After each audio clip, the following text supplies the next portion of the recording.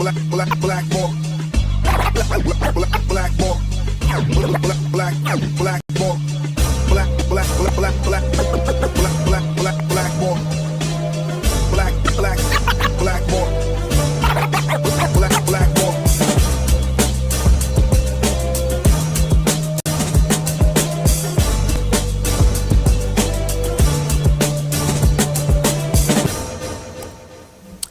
What is up, everybody? My name is James D. Fiore, and this is Blackballed. If you have been following the news, especially when it comes to the Russia-Ukraine conflict, you probably saw something that was a little confusing for you at the time that it came out, and you probably were wondering what the heck is going on with our politics. There was a moment last year where the American president Joe Biden said something that a lot of people were a little bit confused over, and then something happened that sort of brought that into fruition. I'm going to play that clip now, and I'm going to come back and we're going to welcome our guests to the show.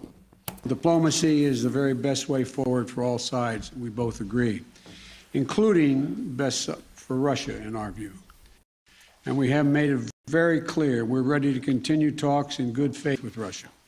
Germany has also been a leader in pushing de-escalation of tensions and encouraging dialogue through the Normandy format. If Russia invades, that means tanks or troops crossing the border of Ukraine again. Then there will be no longer a Nord Stream 2. We will bring an end to it.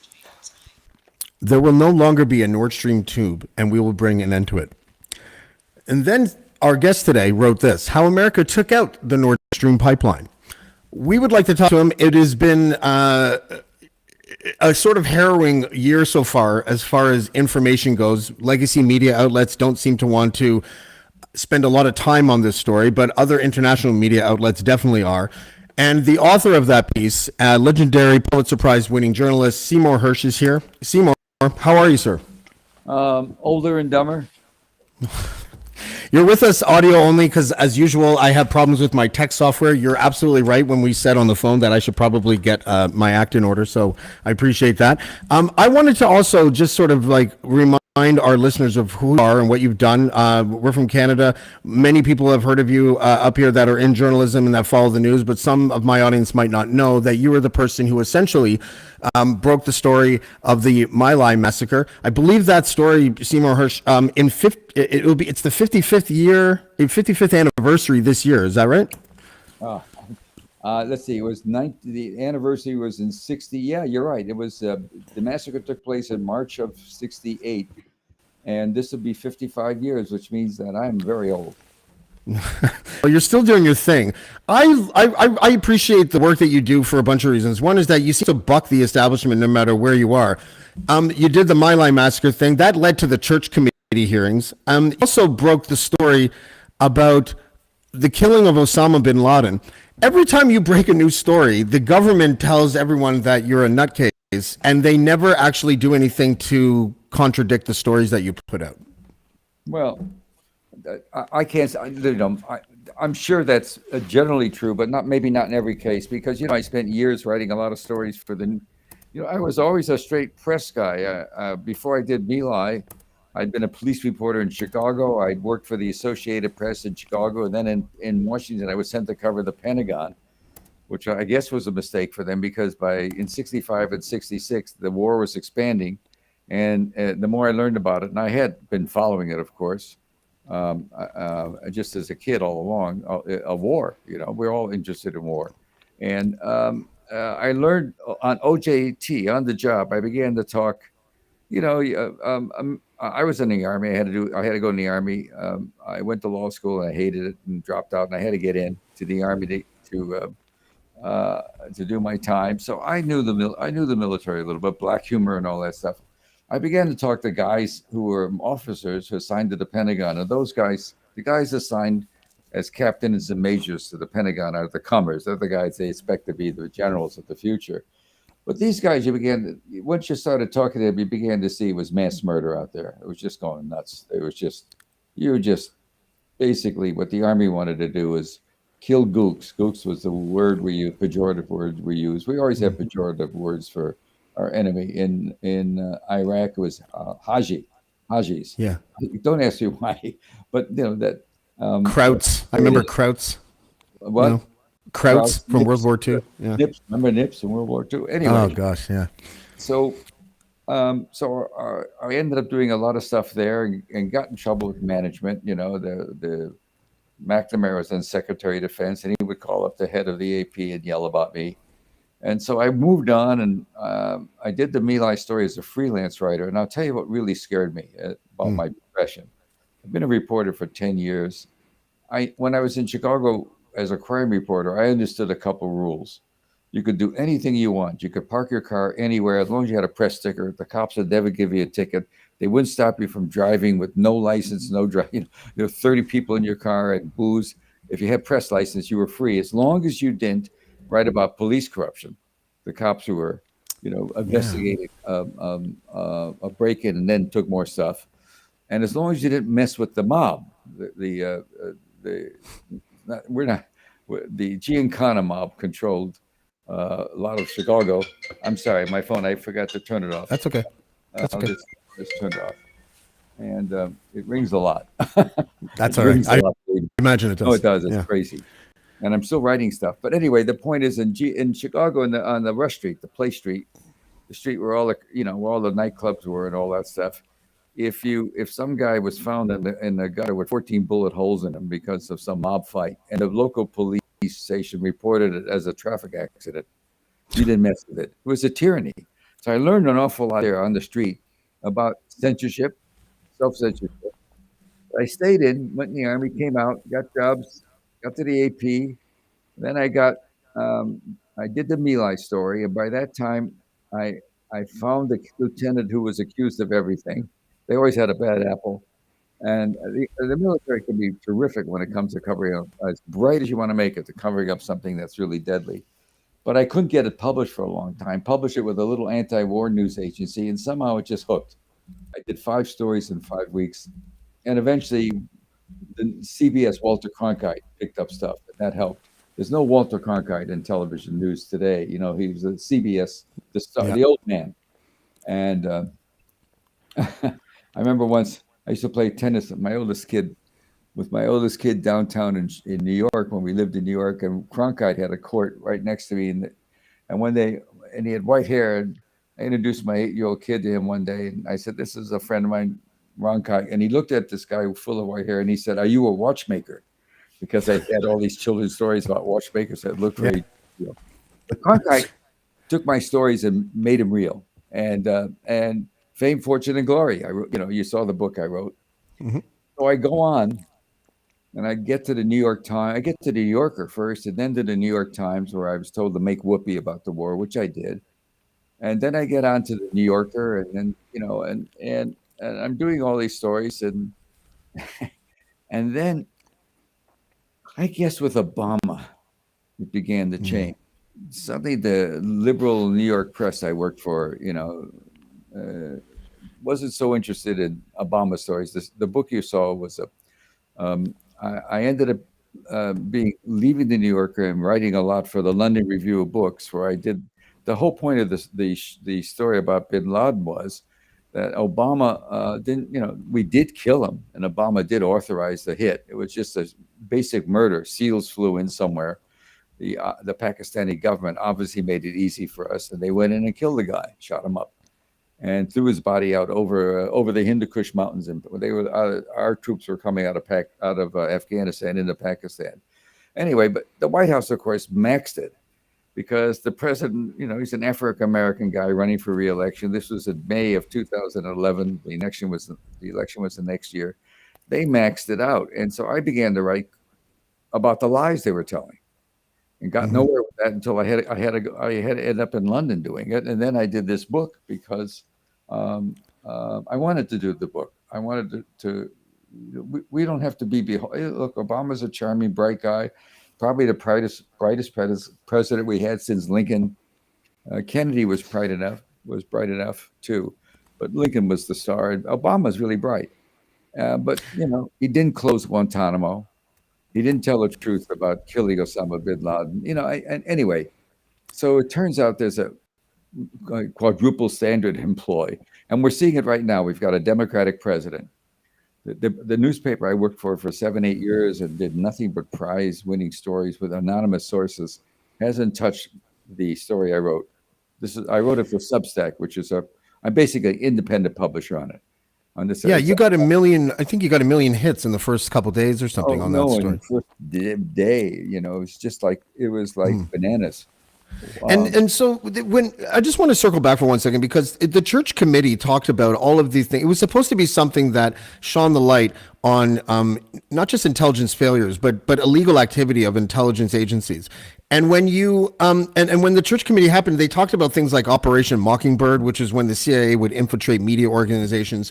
But what's weird is that the aftermath of that, as you just sort of pointed out, is that the media became entrenched in these camps for Democrats or Republicans and sort of dropped their principles when it came to the actual stories. Like I saw when Trump got elected, MSNBC would have on the same intelligence directors from the NSA and CIA that they were saying 6 months prior should go to jail. That may be, right? I'm not going to hold you to that sentence. I'm not sure. But if you're talking about the Clapper, idea, people like that. There's no question that former Brennan, who was investigated pretty thoroughly and pretty lucky not to be in more trouble by an outside prosecutor. There was a prosecutor named when Trump was elected to look into allegations that the CIA and the White House, after his election, worked against him, wiretapped him, et cetera. And, of course, nothing yet has happened because Brennan, as a former CIA director who was also very close to Obama, he was chief of counterterrorism in the White House for Obama. And Brennan, I don't know what he did to escape prosecution, but you can't prosecute a former CIA director. They just have too many things they could talk about. Too many people in the field that can get hurt. But the point is, I think the polarization did begin early of the press. But when I was there in the 70s, the New York Times was very straight. We didn't tilt as much. And now the media, I think Trump accelerated this because he was reviled, just like Putin is reviled. And I must say that Putin did start a war for which you can never forgive him. But he sure had reason to. I still think doing it is a bad thing. But yeah, people don't like to talk about that.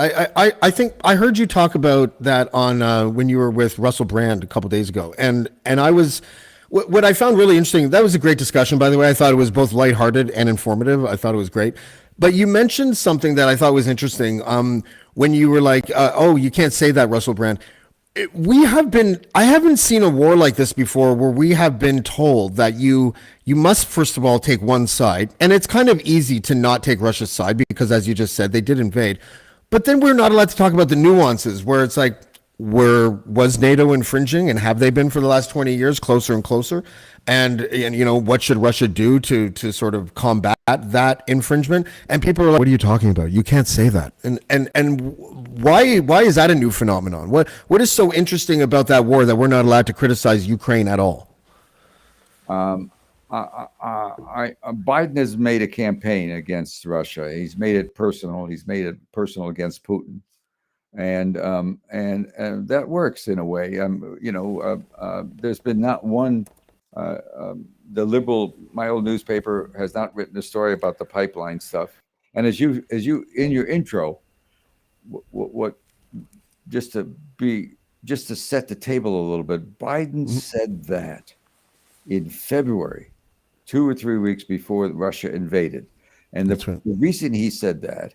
And this is what the initial story I wrote. I wrote a story a couple of weeks ago in Substack. The one you mentioned was a long story. I've been doing shorter stuff since, but that was a long story that laid out. That's the piece, yes. That laid out and it's free. You just have to go to. You don't have to buy anything. Just go to Substack, and it's just there, and it's all over the internet anyway. You can copy it down. But it's just Biden made that threat because at some point last fall, we're talking about a year ago, before Christmas, about, let's see, it's 14 months ago, before in 2021, when Russia looked like it was going, he asked the intelligence community through his aides to give me some options on how to stop Russia. And there were secret meetings. And in the piece I did, I wrote about those meetings up to a point. I don't want to get, there's always a source issue where you have to protect people. But the question they ask is, do you want something reversible or irreversible? That's literally the language. Reversible would be more sanctions, closing McDonald's faster, all of that stuff we did to try and convince Russia not to go to war. Meanwhile, as you said, we expanded NATO from the original West European 19 countries to I don't know how many, 30, 40, Macedonia, I don't know where we are. Italy is now, it was all the West Europe, NATO was designed in 49 to protect West Germany. Anyway, big deal, West Europe, and particularly Germany. So, but what happened is that he asked for options, and kinetic options, and irreversible. And obviously the one came, take out the pipeline, and a very high level secret group was established to take a look at the options. The pipelines were run 750 miles all the way down the Baltic Sea from Russia into where the Russians have incredible volumes of natural gas. And the pipelines, one was started in 2011, opened up, and the other one, this Nord Stream 2, was just completed, but Germany had sanctioned it. They weren't operational. They were packed with gas, but it wasn't being delivered. And gas going to Germany, Russia's been supplying cheap gas to Germany more than they can use, and they're an industrial powerhouse. They have the largest chemical factory in the world, Mercedes and BMWs. Now they're in trouble because they don't get the gas, and the gas costs more. It's going to be very deleterious. Blowing up the pipelines basically told Europe and NATO, as far as I can tell, is that Biden said, well, we Americans, we took care of you long enough. We want you not to have any Russian gas, because if you open up the Russian gas, you might not support us in Ukraine. He's dead set on Ukraine. He went there. He just had a meeting. He was in Kiev today or yesterday. He just flew there and support a war that he will not win. I'm telling you, he will not win that war. But going back to the story, when the community, the group, the people that did the study, and they included guys who did deep sea mining and all that stuff, and a lot of old pros at running a covert operation, at some time in early mid-January, they said to the White House, okay, we think we can do it. We've done a study, and we got to look at it. And so what happens in most governments, in American governments, that's the biggest secret of all. Yeah. But about a week or two after that, the Undersecretary for State, Victoria Nuland, whose husband is a guy named Kagan, is a famous neocon, and she is very conservative. She has she's asked a question about Russia going in, and she said, if they do, we will stop Nord Stream, the new Nord Stream 2, by all and any means, right? By any means. She didn't have to add that. And then 2 weeks later, Biden made that comment you made in a news conference when the German Chancellor, Mr. Scholz, standing right there. Yeah. Standing right there. And he said, the question was, he said, we could stop it. And a reporter asked him, the tape of it is really interesting.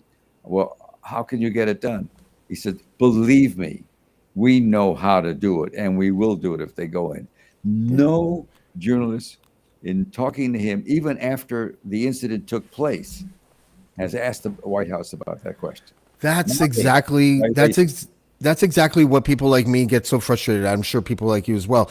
It almost felt like, and I'm not trying to, this isn't ageism, but Biden has the right like to poke fun at the fact that he might have senior moments here and there. That felt like one. It's like, why is he saying that out loud? I feel like his aides were behind the scenes going, stop it. Stop talking. Well, there's no question that the people involved couldn't believe it. But so it goes. I mean, I'm older than him, so I'm not going to nail him on the basis of age. My problem with Biden is that he wants to mix it up with Putin. And he really wants to duke it out, and that's so wrong, and so it's so follows the pattern of almost every other American president, with probably the exception of Trump. Now you're getting into it. Who are the Yeah. famous presidents? Who are the presidents that we love the most? Lincoln won the Civil War. Yeah. Roosevelt won World War II. I mean, these are all people that were serious, good things. We haven't lost the. We keep on talking about in America. We keep on talking about containment of Russia, right? Yeah. Well, let's see. We lost Vietnam. It fell. Saigon fell in 1975, and I guess I don't know, April, May, and in the next 3 weeks, two other major South Asian capitals fell. Cambodia fell and Laos fell. So That's right. containment failed totally. The whole purpose of us going into Vietnam was to contain the Red Menace. So everything fell. And what happened? Nada. Nothing. Nothing happened. That's what happened. Nothing. What is it that we're trying to accomplish? Like, before you answer that, actually, I learned something else on your interview with Russell Brand. I'm going to play this clip, and when we come back, I think you'll have a lot to say about it. Do you think Germany's been as aggressive as they should be? I'm quite an admirer of Chancellor Merkel, and I heard her statement when she was with President Obama in Washington. I thought it was a very good statement. But now we need to have tougher sanctions, and I'm afraid at some point this is going to probably have to involve oil and gas. The Russian economy is vulnerable. 80% of Russian exports are in oil, gas, and minerals. People say, well, the Europeans will run out of energy. Well, the Russians will run out of cash before the Europeans run out of energy. And I understand that it's uncomfortable to have an effect on business ties in this way. But this is one of the few instruments that we have. Over the long run, you simply want to change the structure of energy dependence. You want to depend more on the North American energy platform, the tremendous bounty of oil and gas that we're finding in North America. You want to have pipelines that don't go through Ukraine and Russia. For years, we've tried to get the Europeans to be interested in different pipeline routes. It's time to do that. And so some of this is simply acting. Did she just give away the motive that Biden was operating under when he allegedly bombed the pipeline? It's been going on since the Kennedy years. We believe, we're Cold Warriors. We believe Russia, with its pipelines and its large amounts of gas, has been weaponizing gas and oil, weaponizing it to make their case as a world power and for their point of view. And so that's been an anathema to us. We're still fighting, we're still fighting containment, even though when we lost it all in South Asia, nothing happened the next day. Everybody, it just may be. I've been actually looking at this for a couple of years in COVID, while in COVID. Everything sort of stopped in COVID. And so I was doing a documentary. It's been amazing to go back and read some of the, anyway, the bottom line is that we've been chasing a ghost, I think, since the end of World War II. Democracy and pluralism works. Anyway, the problem now is the reason that there's so much angst about this, what I wrote, and so much attention, is because Biden, by blowing up the pipelines in the fall of last fall, in late September, basically was saying to Germany, you're no longer going to have a choice. If you don't support us, the fear was he would go back and drop the sanctions on the new pipeline and get the gas and get the economy booming again. And particularly with the winter coming on, they happen to have a mild winter, so Germany escaped. But there's going to be a nasty winter next year. It's not going to happen 2 years in a row. And so Western Europe and Germany now, and this is one of the reasons the story I did has so much bounce in Europe, they're going to have to start rethinking that it's always been a dependence on America and NATO. They're going to have to start, this guy just sold them down the river for a war he can't win in the Ukraine with a bunch of guys that are totally corrupt. And what's his goal? His goal is to poke the bear, the big Russian bear in the eye. And meanwhile, he's also poking him in the eye in China. And very aggressive stuff. And the only thing I can figure out is he thinks this is a political way to get renominated. Because in a crisis, we always support our president in America. I mean, that's happened in Canada. He's knocking down balloons and weather stations. It's all crazy. We have that. Just because you said it, just a quick aside, you sort of broke news a little bit as far as we're concerned up here about the UFO/balloon situation. You saying that one of the balloons that got shot, I don't know if it was the one over the Yukon, was actually from the University of Alaska's Fairbanks weather station? I didn't write it. There's a difference between what somebody asked. I'm sorry, you said it. Yeah, sorry. Yeah, I'm saying it is different. What happened is I asked somebody. I know I've been here. I'm long of tooth, and believe it or not, I've been writing CIA stories about going into Chile, CIA stories spying on Americans, CIA try to dig up submarine stuff under the. I've been writing stories without naming sources for years, but I have sources, and I've never put anybody in jail or got them fired because I'll take the heat for not naming people. There's the attack on me usually on this story is, oh, you seem to have only one source, and I don't have. Is it also because you don't have an editor though? That because you don't normally, if you work at the New Yorker or the New York Times, the editor's privy to sources, I think. And is this not all the time? In both places they were, but the editor I have here certainly knows. I mean, I've hired a terrific. Now I'm it's my own. I have an LLC, which is a corporation. I have all the stuff I never had, and I've hired somebody. I have a lawyer's son who sort of pushes me around. You know how it is with kids. Yeah. And I have hired a wonderful editor, and I've also somebody who worked with me at the London Review when I wrote a lot of tough stories, and also a former New Yorker magazine fact checker who was okay. And who they all know the people I talk to. There's a total trust situation. But having said that, fact checking only goes as far as to say that what the person I'm writing about, quoting the person said, he has actually said. It doesn't mean what he says is true. So it's not the end and be all to everything. It's up to me to make sure it's true. But having said that,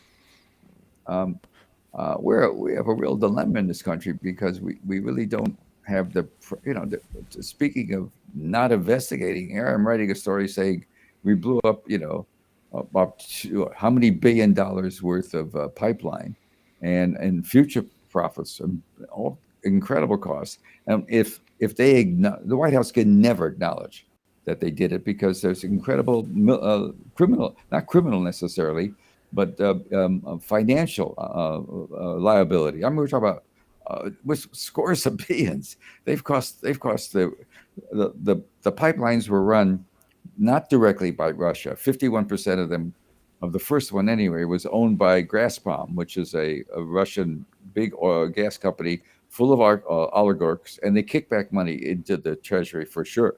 Russia, one year, the treasury made $45 billion on the oil, on the gas. But let me just finish the thought because. But 49% of the owners of the pipeline are Western European private entities who sell the gas that they have, their half, downstream. They sell it to little gas providers. I'm sure they're all over Canada. And anyway, while I got you, what's wrong with my hockey team here?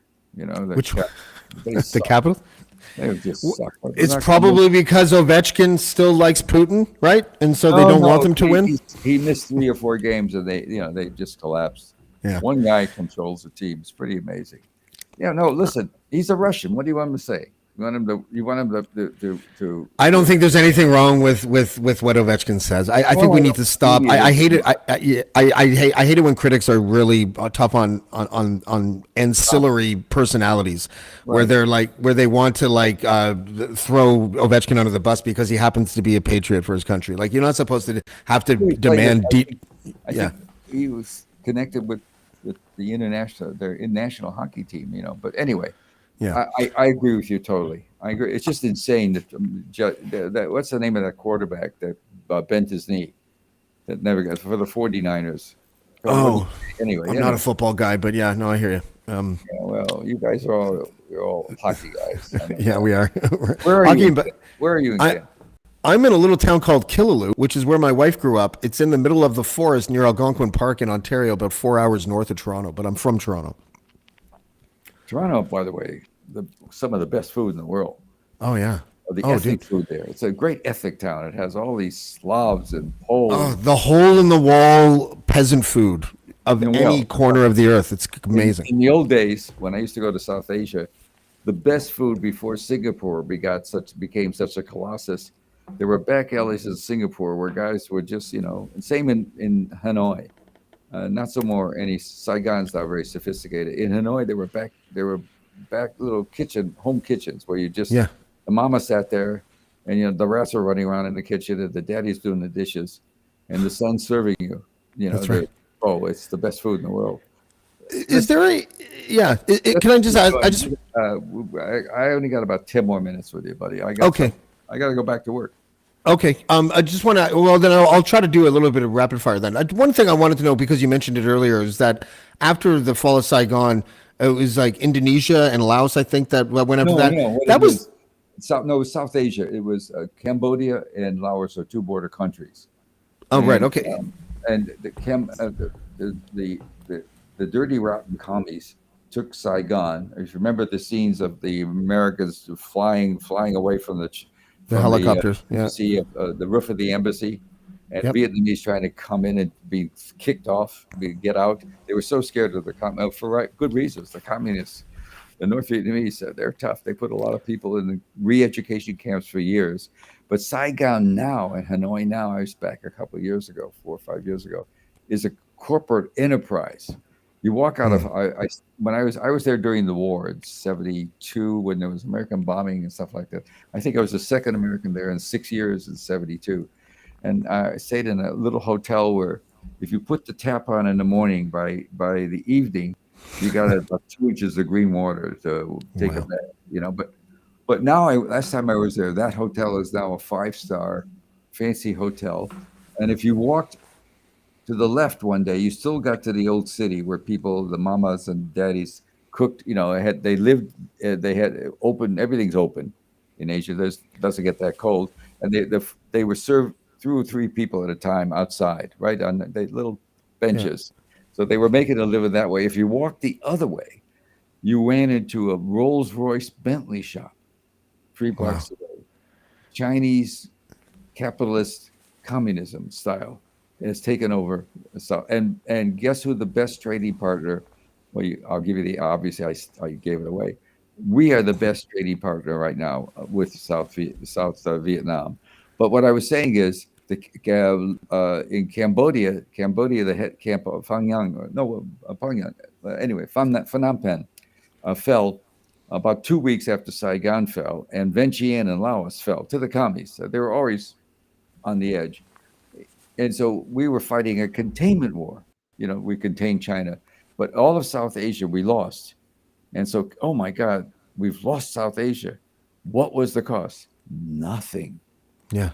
Then you say to yourself, the whole post-war American experience with the Brits and other Western countries was containing communism, containing Russia.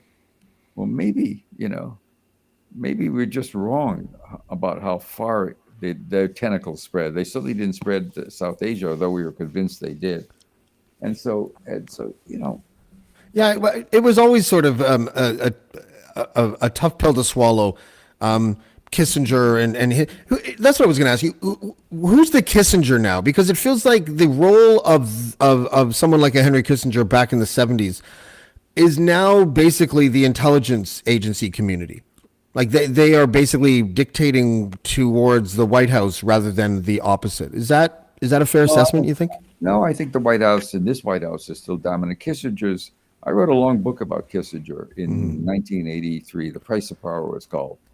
Won a lot of prizes and 700 pages. I had 7 or 8 pages on Ostpolitik, which is after World War II, Germany. Willy Brandt was the chancellor. At one point, Willy Brandt took over in late 60s, early 70s. And his message to the West of Europe is, okay, I know we spent 10, 12, 15 years destroying your countries and raping and massacring your citizens, right? Particularly French hated them, France. But I'm going to be a good neighbor. I'm going to be an industrial powerhouse. I'm going to trade with you. I'm going to make money for all of us using Russian gas cheaply. I'm going to do it all. It's going to be a great time and he did get Europe to agree to let Germany into NATO. And so there was a lot of things happening. And one of the good things we did after World War II is we We made war-torn Western Europe into a group of pretty, democratic countries, pluralistic countries, and now that relied on us for energy, relied on us for support. We traded with us, and after all these years of total reliance on us and respect for us and supporting NATO, whether they wanted to or not, they're suddenly told by the president when he takes out their energy, the pipelines. He destroyed the pipelines to keep Germany from going soft on Ukraine. That's why he did it. And that is, I can tell you, in Germany and places like that, that is not going to stand well. We're going to see the US. When you explained how the bombing took place, there was a bunch of things that stuck out. I know you only have about 6 minutes left, so I just want to see if I can get through this. I didn't have that, man. I got somebody calling me. Hold on a second. I got my wife staring at me. I got my wife staring at me already. You got to do what the wife says. Do you want me to let you go now, Seymour? Hey, man, let me tell you something. You have, how old are you? 46. Oh, you'll be wiser every 10 years about all of it. I bet I will. I hope I'm wiser in 10 years than I am now, because I'm still living with my. We're pretty stupid when we were younger, weren't we? In terms of family life and marriage. To you, I'm probably still stupid, I would imagine. It's funny because I just noticed now that the government doesn't ever want you to talk, and your initials say shh. So. Oh, come on. No, that's SMH, my middle initial. Oh, right. All right, Okay. ask your last question. Let's go. The next question was about the actual way that the Nord Stream pipeline was bombed. The role of Norway. So they took it away from the CIA because there'd be too much oversight. They gave it to the military where they could be more covert. And then you said that is that the opposite? Sorry, go ahead. A very secret black unit that included CIA. Okay. You needed the pros in there, and much as I have problems with the CIA, I got to tell you, the operation they ran was terrific. They did the pipeline, they did it, and it was almost impossible to do it without getting caught, and they did it without getting caught. They planted the bombs, and the president later had the option of using it. At that point, the guys doing it didn't think he would ever do it because they went into the job with the idea, creating an option for the president to make a threat to Putin, to keep him from going into Ukraine. But Putin didn't care. He went. He was going to go. And so, meanwhile, they're continuing to screw around with but guys are going back and forth from Norway. That's where the base was. But, the need for it diminished once he goes in. But then they did fix up a mechanism for under the water where he could trigger a bomb at any time. They did do it. They were ordered to do it. But when he did it, they were really people on the mission were upset because he's walking away from NATO, walking away from Western Europe. And by this time, I can tell you, by late fall, he did that in late September last year. The smart guys you didn't read it, the Times and Post, because they were living off the propaganda from the White House. It was over. It's over. The corruption there in Ukraine, Zelensky and his minions, the corruption is horrible. They can't win the war. The casualties were always much higher. The Russians have yet to put any of their mainline forces in. They have yet to put their regular army in. It's all been, gangs they bring out of jail that they, enforced into something called the Wagner Group, and reservists that were called up. Remember the call up? Yeah. One of this.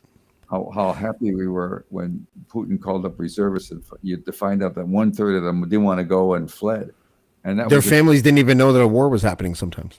Well, it's just that the idea that, oh my God, so much dissension. But I happened to be alive when we started the draft for the Vietnam War, and thousands were burning their their draft cards. Other guys just split to Russia, to Europe. Mostly they split to Canada, but many went to the Baltic States. And, we have a whole bunch of we have I live in this little area where there's a famous commune that was built by American draft dodgers or conscientious objectors. Don't forget, a lot of guys walked away from the war and went to Sweden and Norway. Yeah, I'll tell you something. In World War II, for all the heroics we had, an awful lot of the B-17 planes that we were losing 10% on every mission. A lot of them took off and thought about it and agreed with the co-pilot, and they cut off. They were in taking off from northern above London, not central London, on a big airbase where the B-17s were. Over 100 of them just announced that they had engine trouble and flew to Sweden and left the planes there. Wow. We came after the war and collected them. It's one of the great secrets of the war. People aren't always willing to die. Yeah. In World War II, there was some reason that was the last good war. But we're a country that did Vietnam, and we did. Don't you remember Grenada? Remember the invasion of Grenada, the island where we were going to rescue students, and the first thing that happened is the students met them. That's right. Said, what do you guys want for lunch? Yeah.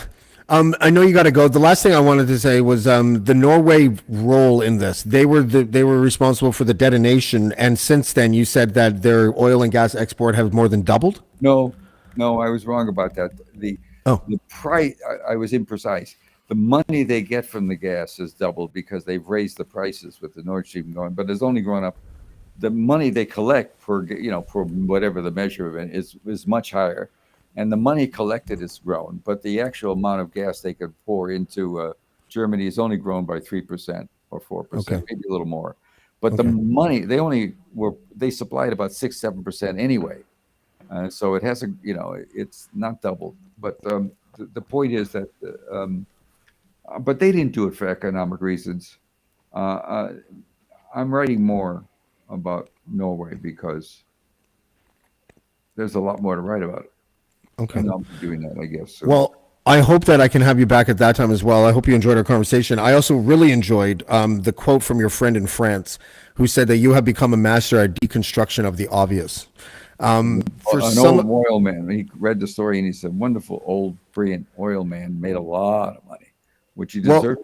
But I just want to let you know that you can come back anytime because I trust you as a journalist. I read your book. I went to journalism school. I didn't make it as a journalist in the legacy media, and I'm kind of happy I didn't. I do this now. And I think that I think voices like yours are probably more important than ever. You make a living with this stuff? I never know about podcasts. Is it working financially? It is just starting to now. It takes a while to build an audience. It took me a couple of years to build an audience, and I've been just at it. And now it's starting to make me some coin. You get ads. Is that how you do it? Right now, we have ads as a collective for the network. So I belong to the biggest podcasting network in the country, which is called Crier Media. So right now, we're kind of co-opting our inflows. Will you shift this piece to the big boys, or do you stick with this piece by yourself? How does it work? Do you have to give them a crack at the stuff you do? No, I don't. I just tell them what I'm doing, and they say, "Have fun." Okay, cool. Yeah. Whatever. So you can come back anytime you want. You can say anything you want, and I will be here to broadcast you because I don't think that legacy media to me drops the ball when it comes to Cy Hersh, and I think that it's rather a shame. Don't worry for me. I'm okay. Big boy. Goodbye. Okay, good. Talk to you. Thanks, Seymour. Have a good one. Oh, that was awesome. I love him so much.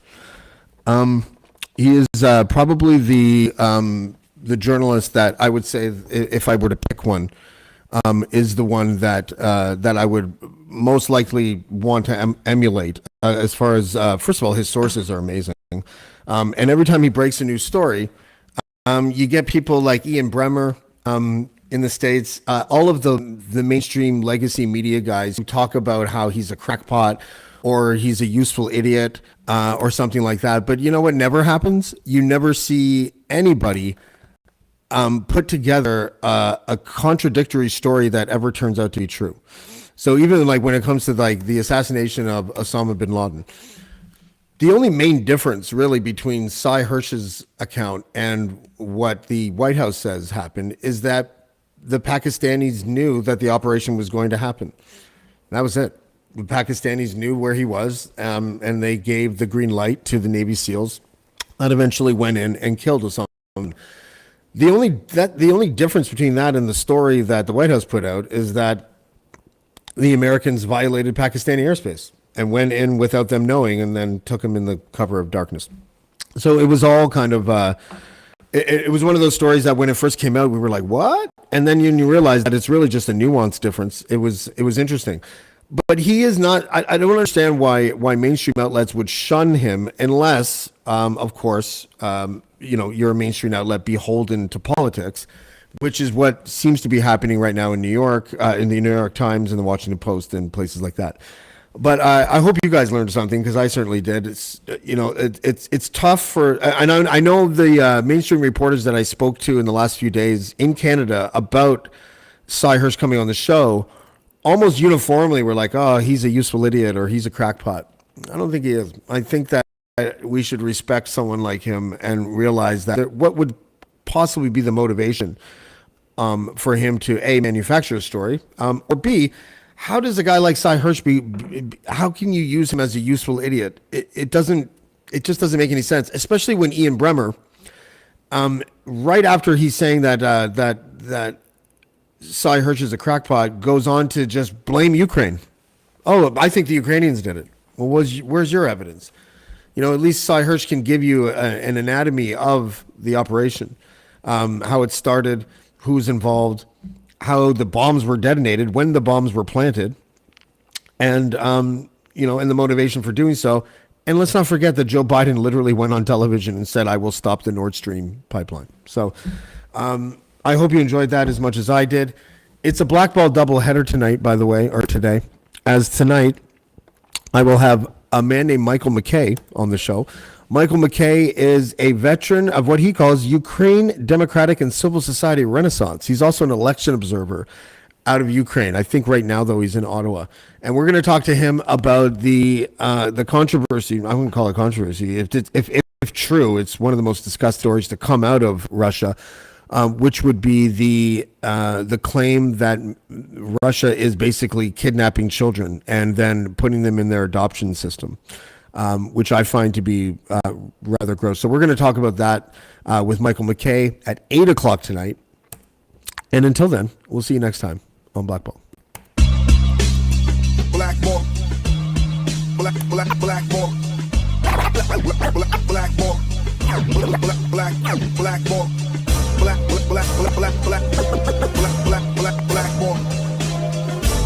Black.